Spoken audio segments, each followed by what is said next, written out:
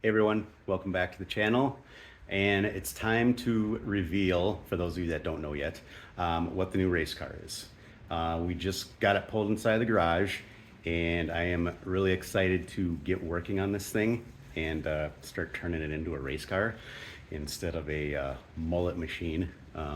So without further ado, the 2001 Firebird Formula. This one has been adorned with some Trans Am WS6 pieces, the rear spoiler, an aftermarket hood, and the front bumper cover are all WS6 pieces or Trans Am pieces. So those may look a little out of place if you're familiar with what the Formula is and the stock V6 Firebird R, Trans Am, etc., etc. I'm gonna pop open the garage door so I got some more light in here. But the hood, like I said, is aftermarket. It's fiberglass. Little true fiber piece. I don't know if that's good, bad, or otherwise, but it's fiberglass and it's fairly lightweight. There's a big gaping hole between the fender wells, which is exactly what I wanted. So the little 4.8 can go back in there, and the wind is ridiculous today.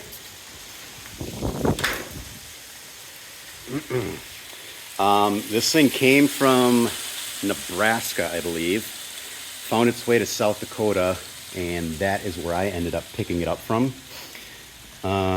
T-top car, kind of a bummer, but whatever. We'll put a panel up there. It's actually gray interior. It's a solid car. I mean, there's like no rust anywhere. Focus, there we go. It still has the standard Formula back bumper cover on it. Busted taillight, you know, all things that are inconsequential to a race car, honestly.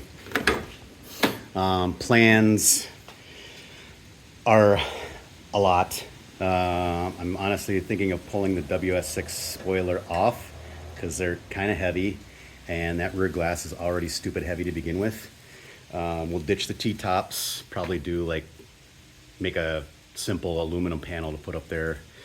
Obviously we'll gut the interior, dash, everything will go away probably, because that center console appears to be part of, all that crap's gonna go away. So it'll be completely gutted, just like the Crown Vic was, you know, it'll be straight up sheet metal inside. In the back there,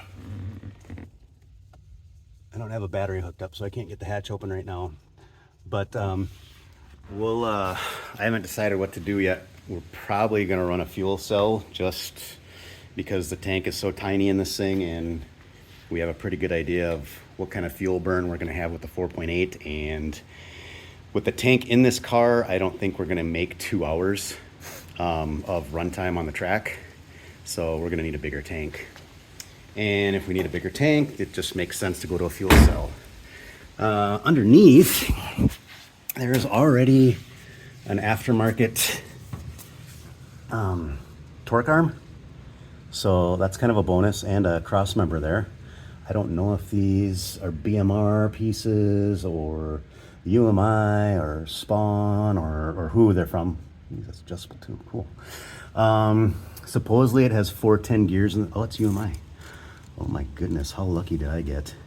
That is exactly the piece I wanted to buy too. That just saved me like 400 bucks. Woohoo! Color me happy. But as you can see, it's rust free. It's obviously dirty, but it's rust free underneath. We are going to stick with the stock 10 bolt. I know, it's gonna blow up, you're gonna destroy it. Maybe. We'll see. From what my research says, the 10 bolt can survive the amount of power my 4.8 is making, which is like maybe 300 at the wheel at most. So what kills these things is the violent shock load of drag racing. So I think some road course racing where there's not a lot of shock going through the drivetrain, it should survive just fine. We'll put a cast aluminum cover on the back that has the preload bolts on it for the caps. We're going to upgrade the suspension. It looks like it's got the Coney oranges on it right now for shocks, which are a so-so straight shock. We'll do shock springs and plenty of other bits and pieces for the suspension. Obviously sway bars, because that thing is tiny. I'm guessing the front one isn't much better. And up for, also got to do wheels and tires. Still trying to figure out what size to run there. And all kinds of weight loss things, which the first piece of that is right in there, which I will reveal later. So another UMI piece there that is going to make its home on the car here. Probably one of the first things that'll happen after it's gutted. So that's going to be a good start to the weight loss quest, to lightening this thing up. Not that it's a super heavy car to begin with. It's already way lighter than the Crown Vic was, but it's still kind of a chubby car for, you know, road racing. So yeah, super pumped, lots to do. Really excited to get this thing going and see what we can turn it into. So yeah, comments, questions, concerns,